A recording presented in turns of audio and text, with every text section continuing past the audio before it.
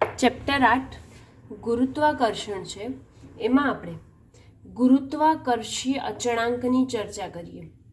ગુરુત્વાકર્ષીય અચળાંક આપણે સાર્વત્રિક અચળાંક જી જોઈ ગયા હતા, એ જ ગુરુત્વાકર્ષી અચળાંક છે.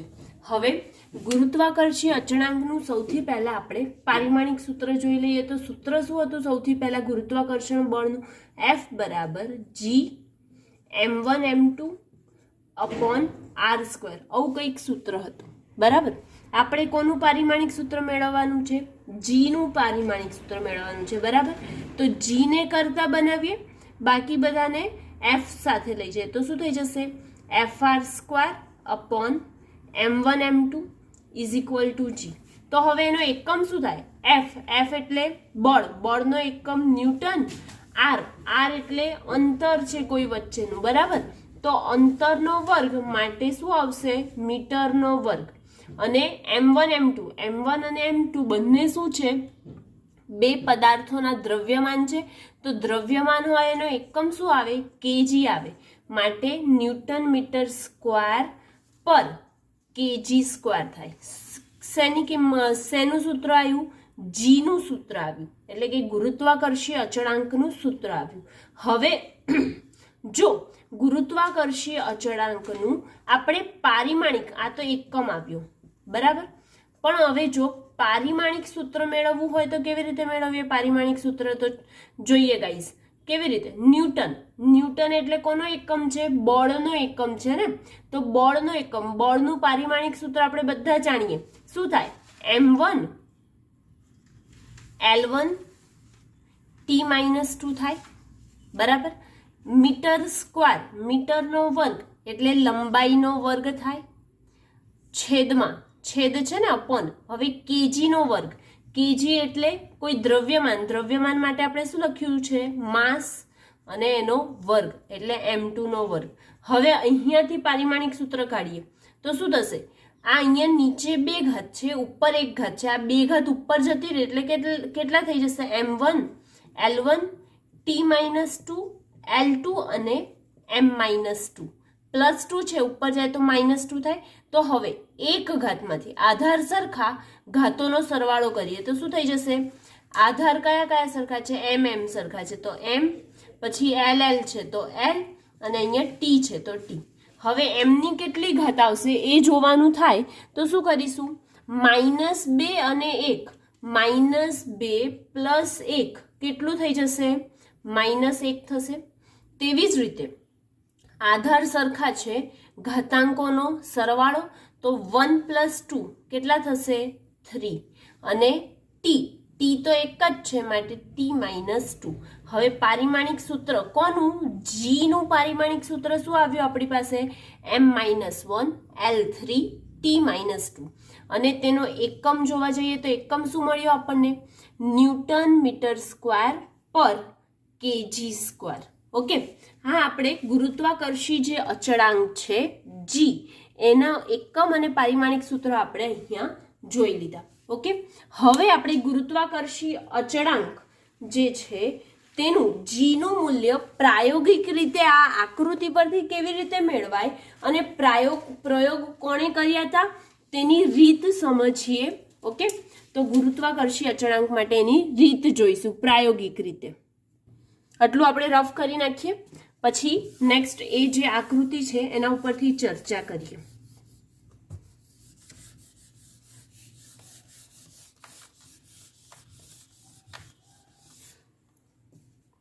ઓકે, ચાલો જોઈએ. આપણે ગુરુત્વાકર્ષી અચળાંક છે એને આપણે દર્શાવીએ છીએ જી થી.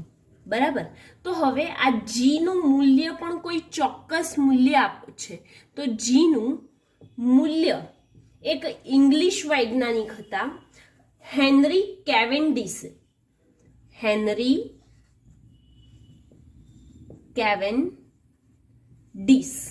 એ એમનું મૂલ્ય નક્કી કર્યું હતું. જી નું મૂલ્ય કોણે નક્કી કર્યું હતું? તો હેનરી કેવેન્ડિશ નામના ઇંગ્લિશ વૈજ્ઞાનિકે નક્કી કર્યું હતું. હવે આ નક્કી કર્યું હતું તો તે કેવી રીતે કર્યું હતું, એણે શું વિચાર્યું હતું, એના વિશે આપણે ચર્ચા કરવાની છે. તો સૌથી પહેલા અહીંયા આકૃતિ મેં એના માટે જ ડ્રો કરી છે કે એણે પ્રાયોગિક રીતે કેવી રીતે જીનું મૂલ્ય નક્કી કર્યું. બરાબર. તો મારી પાસે એક દ્રઢ આધાર એટલે કે હુક સાથે એક દોરીને દળરહિત દોરીને લટકાવેલી છે. એની જોડે જે સ્થિર આધાર પરથી ધાતુના તાર સાથે લટકાવેલ છે એમાં AB છે, સળિયો લટકાવ્યો છે, એમાં છેડો A અને B છે. હવે આ AB સળિયા જોડે બે સીસાના નાના ગોળા લગાડેલા છે. AB સળિયો છે એના છેડા સાથે નાના સીસાના ગોળા લટકાવેલા છે. હવે આ જે સીસાનો ગોળો છે એનામાં આકૃતિમાં દર્શાવ્યા પરથી બે મોટા સમાન ગોળાઓ પરંતુ તેમનાથી વિરુદ્ધ દિશામાં લટકાવેલા છે. શું? આકૃતિમાં દર્શાવ્યા મુજબ બે સીસાના ગોળા સાથે બીજા બે મોટા ગોળાઓ સમાન ગોળાઓ એમના નાના ગોળાઓની નજીક પરંતુ સામસામે લટકાવેલા છે. તો એકને આ બાજુ નીચે તરફ લટકાવ્યો છે તો એકને ઉપર તરફ એટલે કે એકબીજાની સામસામે ગોઠવેલા છે. હવે મોટા ગોળાઓ નાના ગોળાઓને સમાન અને વિરુદ્ધ દિશામાંના બળો વડે આકર્ષે છે. મોટો ગોળો છે એ કોને આકર્ષે છે? નાના ગોળાને સમાન મૂલ્યનું પરંતુ વિરુદ્ધ દિશામાંના બળો સાથે આકર્ષે છે અને સળિયા પર કોઈ બળ લાગતું નથી કેમ કે આ આને આકર્ષે આ આને આકર્ષે માટે સળિયા પર કોઈ જાતનું બળ લાગતું નથી. તો આપણે જે અહીંયા બોલ્યા એ પહેલા લખીએ. તો એક સ્થિર આધાર સાથે સળિયાને લટકાવેલ છે અને આ સળિયાના છેડે બે સીસાના ગોળા છે.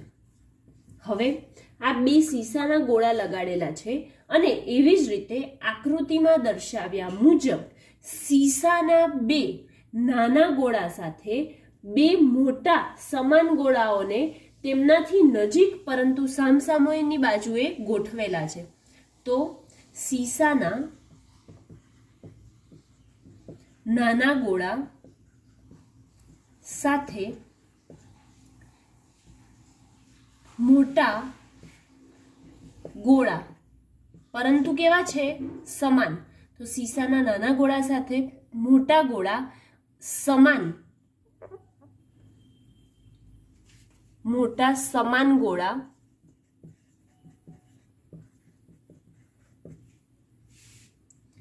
તેમની નજીક પરંતુ સામસામે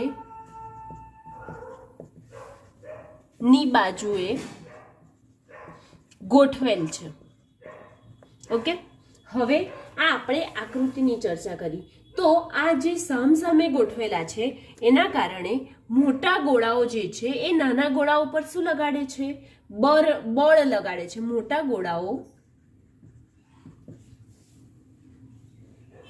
નાના ગોળાઓને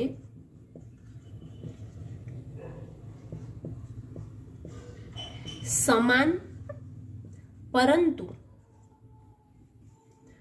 વિરુદ્ધ દિશામાંનું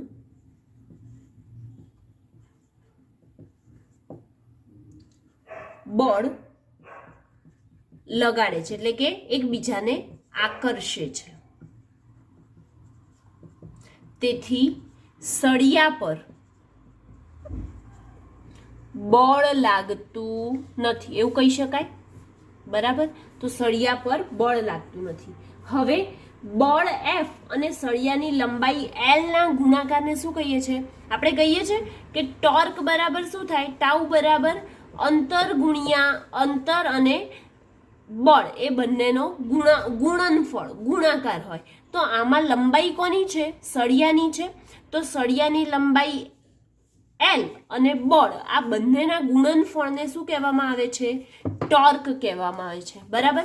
તો હવે આપણે લખી શકીએ અથવા તો કહી શકીએ કે બળ F અને સળિયાની લંબાઈ L ના ગુણનફળને ટોર્ક લાગે છે, એના જેટલું જ ટોર્ક લાગે છે. તો આ ટોર્કના લીધે લટકાવેલા તારમાં ત્યાં સુધી બળ ચડે છે જ્યારે તારમાંનું પુનઃસ્થાપક ટોર્ક એ ગુરુત્વાકર્ષણ ટોર્ક જેટલું થાય. આ જે તાર લટકાવેલો છે એ તારમાં ત્યાં સુધી બળ ચડે કે જ્યાં સુધી પુનઃસ્થાપક ટોર્ક જે છે એ ગુરુત્વાકર્ષણ ટોર્ક જેટલું થાય ત્યાં સુધી એના ઉપર શું ચડે છે? બળ ચડે છે. એટલે કે આના ઉપરથી કહી શકીએ કે જે આંટા ચડ્યા, બળ એટલે કે આંટા ચડ્યા છે તે એ પુનઃસ્થાપક ટોર્કના કેવા પ્રમાણમાં હોય છે? સમપ્રમાણમાં છે એવું કહી શકાય. આમ ટાઉને બીજા સ્વતંત્ર પ્રયોગથી આપણે આ રીતે પણ માપી શકીએ છીએ. તો આપણે લખી શકીએ કે F અને સળિયાની લંબાઈ, સળિયા પર જે બળ લાગે છે તે બળ અને સળિયાની લંબાઈ L ના ગુણનફળ જેટલું ટોર્ક લાગે છે. અને આ જે ટોર્ક લાગે છે એ ટોર્ક ના લીધે સીધા સળિયા પર શું ચડે છે? સળિયા પર વળ અથવા તો આંટા ચડે છે. અને આ આંટા ત્યાં સુધી, આ અને આ આંટા અથવા તો વળ લખો, વળ ત્યાં સુધી ચડે જ્યાં સુધી પુનઃસ્થાપક ટોર્ક એ ગુરુત્વાકર્ષી ટોર્ક જેટલું થાય. એટલે કે વળ ચઢેલ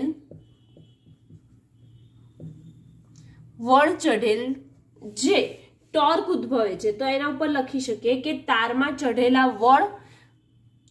વળ અને પુનઃસ્થાપક ટોર્ક એ એકબીજાના કેવા પ્રમાણમાં હોય? બીજાના સમપ્રમાણમાં હોય છે. આપણે કહી દીધું કે ત્યાં સુધી વળ ચડે જ્યાં સુધી તેના પર ટોર્ક, ગુરુત્વાકર્ષીના ટોર્ક જેટલું હોય. તો વળ ત્યાં સુધી ચડશે જ્યાં સુધી એનામાં પુનઃસ્થાપક ટોર્ક હશે.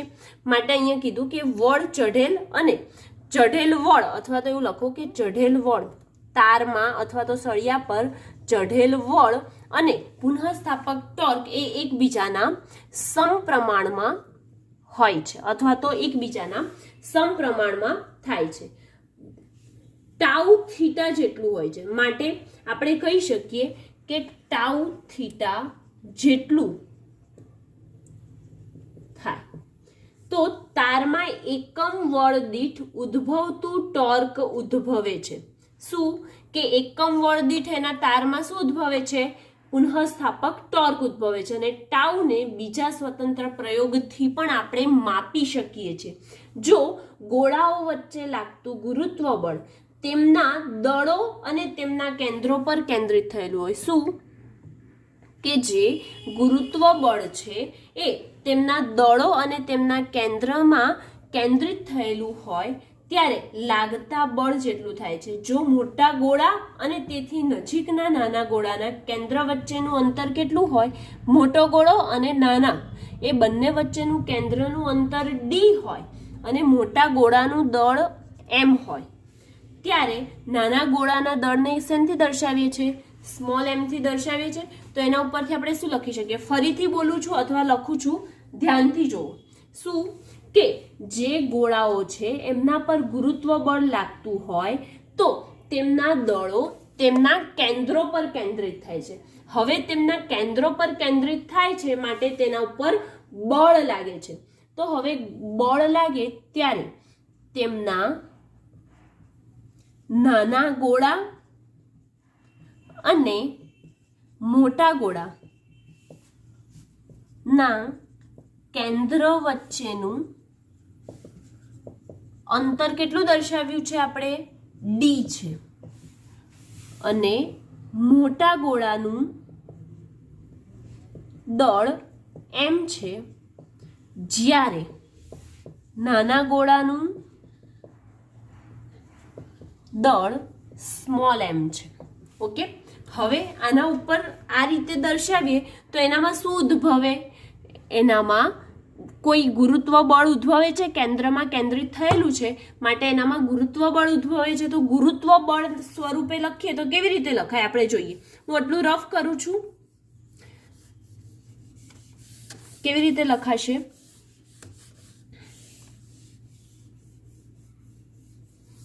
ઓકે, ચલો જોઈએ આપણે. તો એફ ગુરુત્વ બળ એફ બરાબર એમનો ગુરુત્વાકર્ષી અચળાંક તો આવશે જ, માટે જી અને તેના પર બે દળ છે. કયા દળ? એક તો મોટાનું દળ અને એક નાના ગોળાનું દળ અપોન એમની વચ્ચેનું અંતર કેટલું છે? ડીડી છે, માટે D square. F is equal to G M M upon D square થાય. હવે સળિયાની લંબાઈ જે છે એ એલ હોય તો આ બળ એફ વડે લાગતું ટોર્ક એફ અને એલના ગુણનફળ જેટલું થાય છે. આપણે અહીંયા લખ્યું હતું ને, એફ અને એલના ગુણનફળ જેટલું થાય, એટલે કે એની લંબાઈના ગુણનફળ જેટલું થાય છે. માટે તેનું ટોર્ક પુનઃસ્થાપક ટોર્ક છે. તો શું લખી શકીએ કે F into L is equal two એનું પુનઃસ્થાપક ટોર્ક કેટલું છે? ટાઉ થીટા છે ને, માટે ટાઉ ઇન્ટુ થીટા. હવે એફ ની કિંમત આપણી પાસે કેટલી છે? G M M upon D square. કિંમત મૂકીએ, G M M upon D square into L is equal to શું થઈ જશે? Tau theta.